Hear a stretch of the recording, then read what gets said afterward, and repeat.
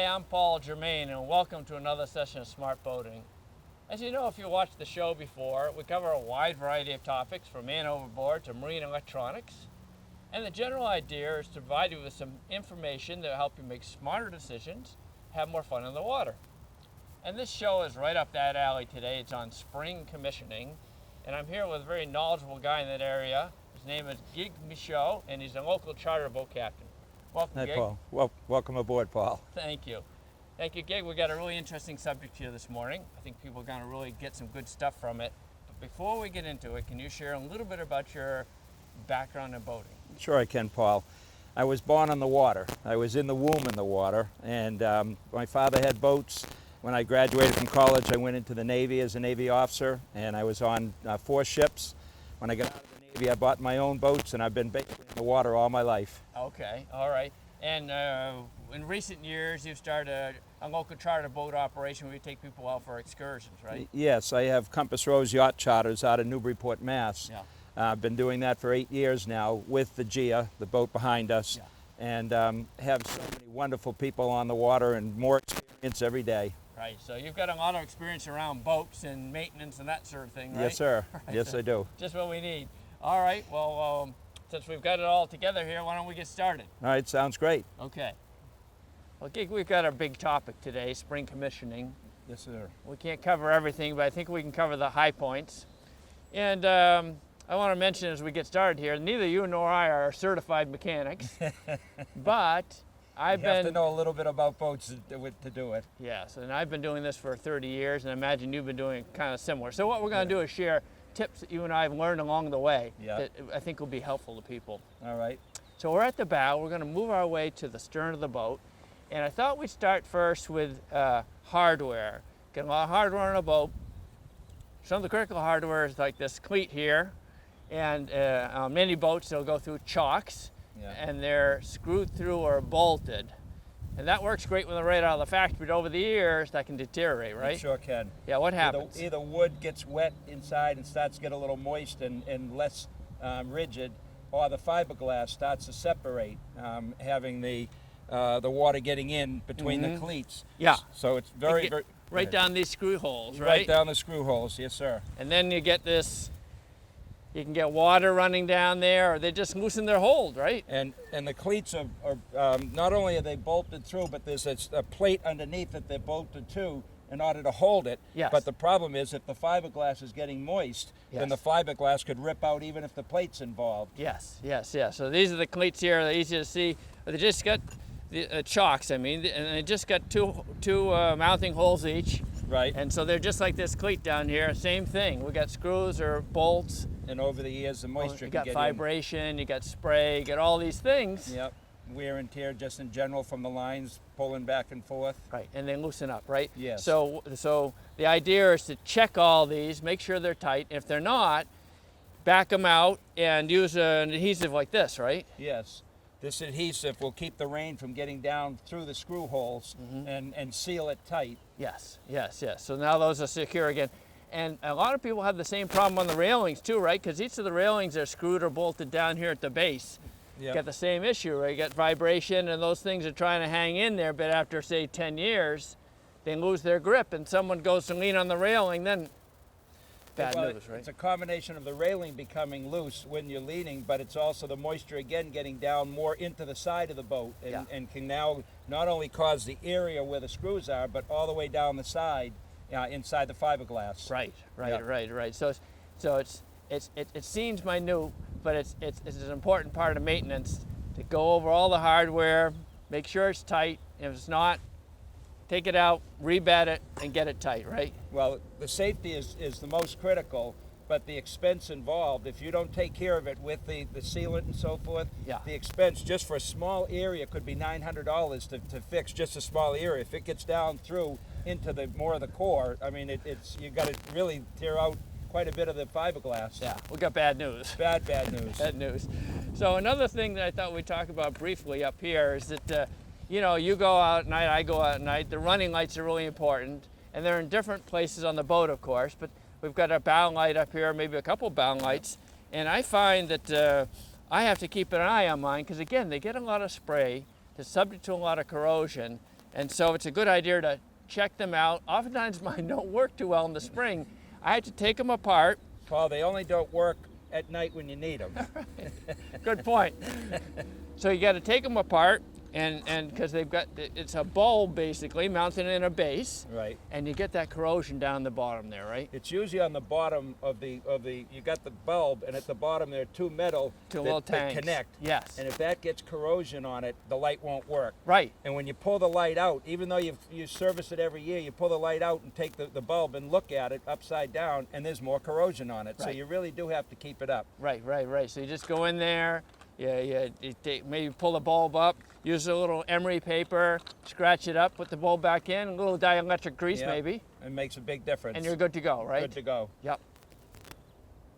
Well, Gig, we're inside the cabin of your boat now, and there's a lot of things to think about in the spring commissioning process in the cabin.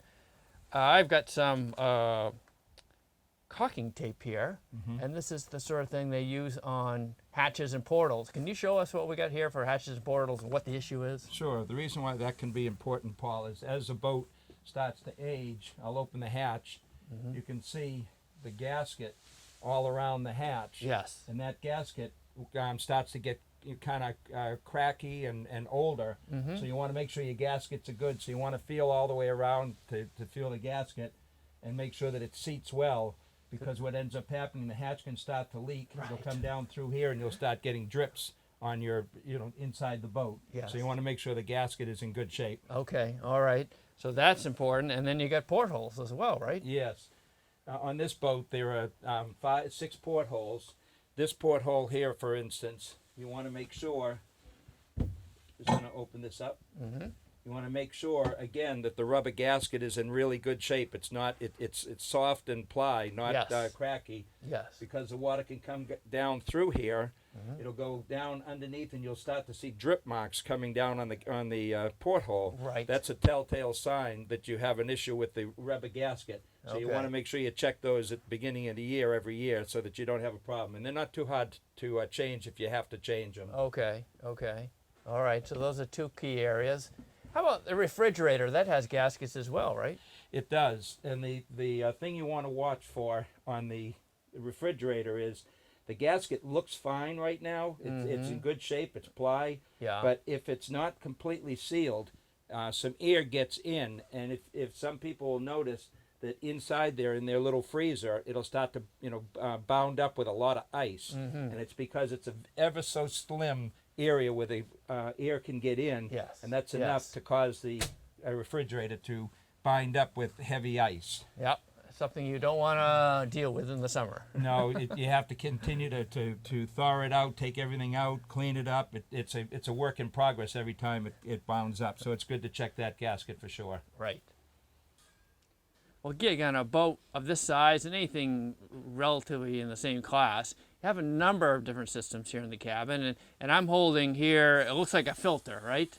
Filter for the air conditioning system on the boat. Okay, is that part of the spring commissioning activities? It has to be, Paul, because if you don't, this filter will gather all the dust that comes through the boat. You don't see it, you don't feel it, you don't seem like you breathe in it. Yeah. But if you don't check this and it gets clogged, the air system starts to slow down, less production of air, and the heating. The cabin heats up from the filter being really clogged. So it's most important to check that. And you've had some issues with that in the past, I guess. I did. And we were down the Cape Cod in Martha's Vineyard, and it was a hot day. Had the air conditioning on, and it just didn't seem that warm in there. Nothing going on. I pulled out the filter, and I noticed it was clogged. And it's easy enough to clean. Yeah. But when I cleaned it out, put it back in, it was beautiful. So it's a very important spring commissioning. Spring commissioning. Put that on your checklist. And let's look at another system here. We got the hot water system in here, and we're going to see if the camera can pan in a little bit. I've got a couple larger hoses coming in here, and they lead into a grid work of smaller hoses and valves. So what should people keep in mind in terms of spring commissioning activities in this area? In this area, you want to check the hoses. One hose comes from the engine, and that heats up when you're underway. And then when you come into port, then the hot water tank is on. Then the other hose supplies the boat with hot water. Yes. So you want to check the pliability of it. You want to make sure they're not getting old and cracked and so forth. You also want to check all your connections here to ensure that the piping and the plastic, it's plastic like you say, bouncing and so forth, can start to crack, and that can seep the water out, and you can lose, you know, the hot water system pretty easily. The other thing is you want to make sure you have a series of valves. You want to make sure they're going along with the direction of the piping. The correct direction. The reason for that is if you don't have that on in the proper direction, you can end up heating up the element and burning the element out. Okay. And that's a very expensive fix. It's basically a whole new hot water tank. Bad news. Bad news. Bad news. Okay, so we put that in our spring commissioning. Let's look up here. We got a pretty sophisticated looking electrical panel. Now, that's not a lot to do there, I don't think, but some of the stuff is important. What are some of the key points of what you focus on there? Well, this is where you read your batteries to see how your batteries are. And up here, I happen to have 3 different systems on this boat. So you want to check the first system, make sure the battery's charged. It's all the way up. The second system, the third system. If you went to check the first 2 are good and the third one is not, you've got maybe some cracks in the batteries, which we'll check on later on. Right. So you want to check that. Okay. And you want to make sure that you want to. What I do is I unscrew and I open the panel up and I check all the connections in the back of the panel, because you can't see anything. It looks beautiful right now, nice and clean, looks nice, but there can be corrosion on the wires. So you want to make sure you've taken care of that. Okay. Well, Gig, you know, the electrical system is super important on a boat. Incredibly. And a lot of the stuff comes together at the helm area. I know on my boat, there's a little access door on the opposite side of the helm, and I can open that up and see the connections. And I think it's a really important part of spring commissioning, because a couple of years ago I opened it up, and the mice had built a nest the size of a little snowball in there out of a paper towel over the winter. Wow. So I said, boy, if I fire that puppy off with all those electrical connections, I could have a fire here. You could. Very bad news. So I always put that high on my checklist of things to do. How about you? How do you handle that? Well, what I do is I'm going to open the helm compartment and show you where all the wiring is. Okay. Because obviously, if you're out at sea and you have a wiring issue, there's nowhere to turn. You're at sea. You're calling Towboat US at that point. Right. So as you can see inside, the camera's probably getting a good view of the wiring. Yes. What I do is I open it up, I check everything for loose connections, make sure everything looks good. Then I have a spray. It's a rust and corrosion spray. Oh yeah. That I spray the wiring, and that helps to keep the any of the corrosion from getting worse, or in fact removes a good part of the corrosion if there is any. So you can see I take a good care of it. The wiring looks very nice back there, but it's not by chance. You have to check that out, and so that's what I do. Yeah, good point.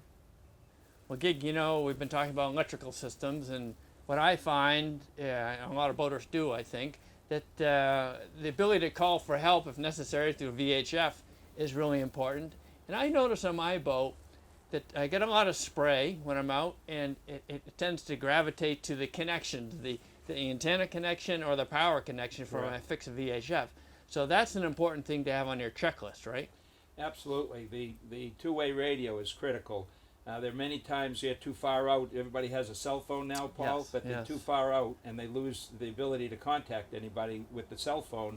So you have to rely on the old VHF, which we've had on boats for forever. Right. I have 2 of them on here for backup, but if you lost the electrical connection throughout the boat, 2 of them is not going to work. Lose your batteries. You lose batteries or anything like that. So that's why you got this, right? Yes. So I keep a new portable on board, because the range isn't quite as far, but it'll pick up where the cell phone won't. But at least you have contact with other boats or the Coast Guard. Right. That's got to work too, right? That's the issue here. Yes. And the other thing I do with the portable, if there was ever an issue where you got into, there are things out there sometimes floating. Yeah. Having a portable radio as well is a lifesaver with the survival suits that I have and the survival life raft. That's your only means of communication if you ever had a problem. Right. So again, I've had issues where my portable has gotten corrosion in there, and the portable was good, the batteries were good, but corrosion was in there, prevented the connection. The VHF was useless to me. That's right. So it's another important point to put on your spring commissioning to make sure your portable is squared away corrosion-free, new batteries, as well as your fixed, corrosion, right? Yes, new batteries, corrosion. And I bought a brand new one because my other one was getting a little bit old and I didn't want to take a chance. Right. Okay. Well, Gig, you know, power boats, they need fuel to go. So it's a critical part of the whole process, and it's another part of the spring commissioning process. And you've got a couple access holes here, and if we shine a light here, can you tell about some of the things that you look for when you inspect Sure. your system? Well, obviously, on a boat with fuel, there could be danger if it's not being properly monitored. So when you first start the season off, before you even put the boat in the water, you want to check around your fuel tank, make sure the connections, the hoses are tight, the clamps are tight, they're not split, you're not seeing any fuel drippage. You want to put your nose kind of down near the tanks and smell to make sure that you're not getting any fuel smell, because that would be the first sign. And it's not the fuel that would explode, it's the vapors that will explode. So you want to make sure you're not smelling any fuel. Then there are connections in here, Paul, grounds, Yes. to make sure that if lightning were to hit the ground, you know, eliminates the lightning from getting to a fuel tank. So you want to Okay. check your grounds, make sure they're all connected in Right. both compartments. And the gaskets too, right? Because oftentimes I know that they combine dissimilar metals between the gas tank and the fittings. Yes. So they put gaskets in there. It's really important those have good integrity so you don't get any sort of corrosion in there, right? Right. And if there was that corrosion, you would start to perhaps get that smell, because it would start to, compromise the connection. Yes. Yes. Well, Gig, you know, as part of the electrical systems, batteries play a key part, and you've got a number of on this boat.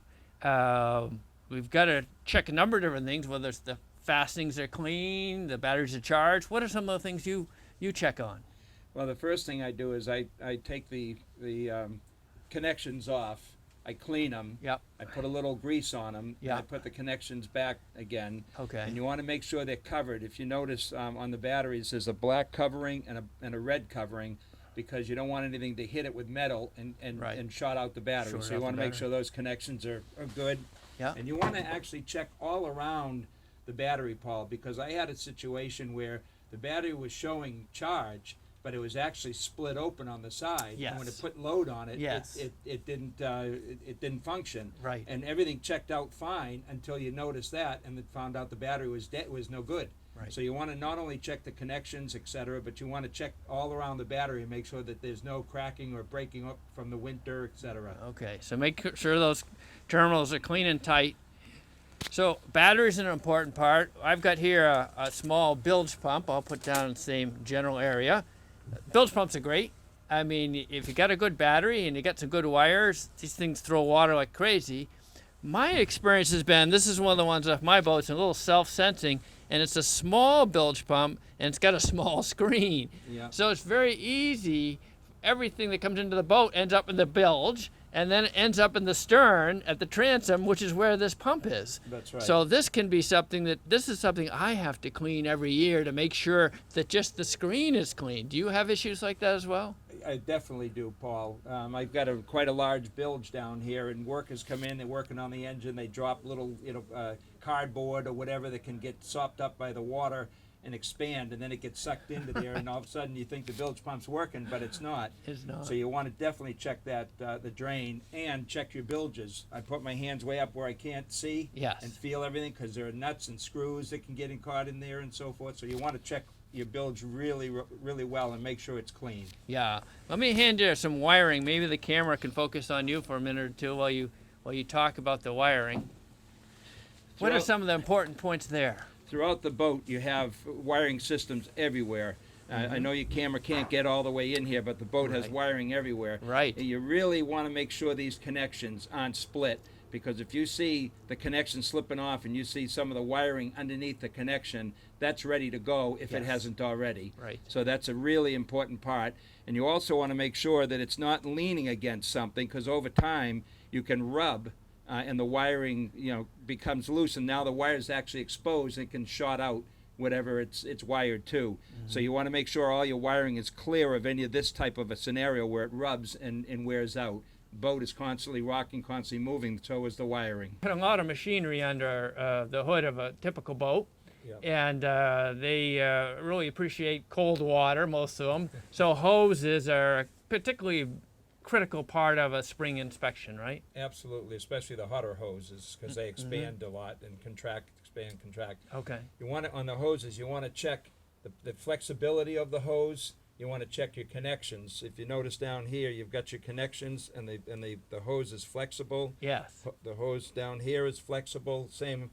So you want to check your connections. You want to check the flexibility. You don't want to see like a big mound here, because that means it's getting ready to potentially burst. Right. So you want to check the condition of the hoses and the connections, and the hoses are throughout both engines down into the bilges. Right, so put a little screwdriver on all of them, just give them a little tweak, make sure they're tight, right? Correct. Yep. Correct. After you've felt them, touched them, made sure they're okay. Okay. How about belts? Belts is another big issue here, right? On this boat, each engine has 2 belts. Yes. And these are actually used belts, and you can see that they're still in very good shape. I keep them on board for emergency purposes in case you break a belt. Yeah. But I change my belts every single year, Paul. I don't take a chance with them. Okay. You want to check to see that the teeth aren't broken on the belts. You want to check the shine. You know, sometimes they're going through so fast that if they're getting really shiny, they're starting to wear. They'll glaze over. And they're glazed over, and they could start to break. Yep. So check the teeth, the shine, and you want to check a little bit of flexibility on them as well. If they're really stiff or rigid, they're getting ready to break. Mm-hmm, mm-hmm. And the only other thing I thought we might group into the section would be fluids. There's oil, there's power steering fluids, there's a lot of different fluids that oftentimes passes through the various tanks and hoses, right? Yes. You have the engine oil you want to check. You want to check your transmission fluid. So many people put their boat in the water thinking, well, it was good last year, and it's not necessarily good. Right. I have my oils changed twice a year on the boat, but you want to check that. You also want to check your fluid for the overflow and the amount of antifreeze you have in your boat. Mm-hmm. Those are the 3 obviously critical ones. The transmission fluid, the engine oil, and the transmission fluid. I mean the antifreeze. Okay, okay. Okay, you know, there's almost an endless group of components that need to be checked in the spring commissioning. Absolutely. And we've covered a lot of them. And I'm thinking steering is one. Steering and throttle cables, very important to have those work smoothly and efficiently. And of course the steering system is tied to some sort of propeller. This is the propeller off my outdrive here.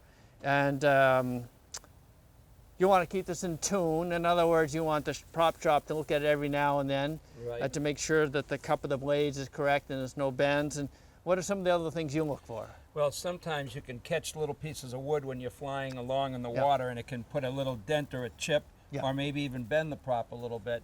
And with the RPMs that a prop goes, you'll feel a vibration in the boat, and you know something is wrong. So you want to check it before it goes in the water to make sure it's good to start with, and hopefully it stays that way. Yes, yes. And also, this prop had some work done onto it, and the dimensions changed a little bit. So when you go out for prop work or something like that, make sure that when it goes together again, it goes together the way it's supposed to.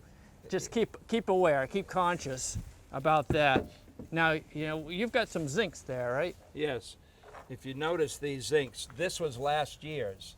Now the purpose of the zinc is it keeps the electrolysis from eating up the different dissimilar metals on a boat. Yeah, let's show them a bigger one here. It might be easier for them to see. This one, same concept, right? Yes. Yes. Notice the difference. When a zinc starts to get eaten, it takes a lot of the zinc away, but when it gets to this coloring at the end of the year, you think, well, gee, there's still zinc left, so I'll leave it on until it's no longer.